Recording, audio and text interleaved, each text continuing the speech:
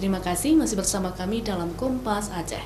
Saudara, peralihan siaran TV analog ke siaran TV digital, masyarakat tidak perlu mengganti televisi yang sudah ada. Bila masih menggunakan TV analog, cukup menambahkan set-top box saja. Namun bila sudah menggunakan televisi siap digital, maka akan langsung mendapatkan siaran TV digital. Untuk menangkap siaran TV digital, baik TV analog maupun TV siap digital, masyarakat dapat melakukan pengecekan televisi masing-masing. Apakah TV-nya sudah siap menerima siaran digital atau tidak?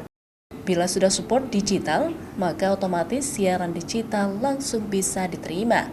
Tapi bila televisi analog lama belum bisa menangkap siaran TV digital, maka perlu alat bantu menerima sinyal digital, yaitu set-top box. Televisi siap digital memungkinkan masyarakat untuk menyaksikan tayangan TV digital dengan gambar yang bersih dan suara yang jernih. Hanya saja, masyarakat perlu melakukan setting ulang untuk menemukan banyak siaran digital. Pemilik TV dapat melakukan pencarian melalui pengaturan saluran TV untuk mengetahui televisi sudah digital atau masih analog. Bila televisi sudah siap digital, akan langsung keluar di menu pencarian. Jadi kalau misalnya untuk pengaturan bisa kita lihat sendiri di pengaturan saluran nanti.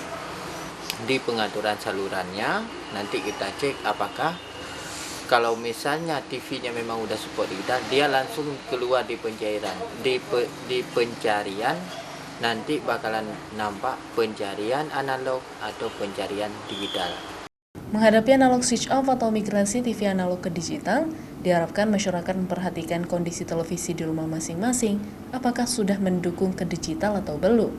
Pemerintah akan mematikan siaran TV analog pada tanggal 30 April mendatang pada tahap pertama. Tahap kedua pada 25 Agustus, dan televisi analog akan mati seluruhnya pada tanggal 2 November 2022 mendatang. Mustajab, Kompas TV, Banda Aceh.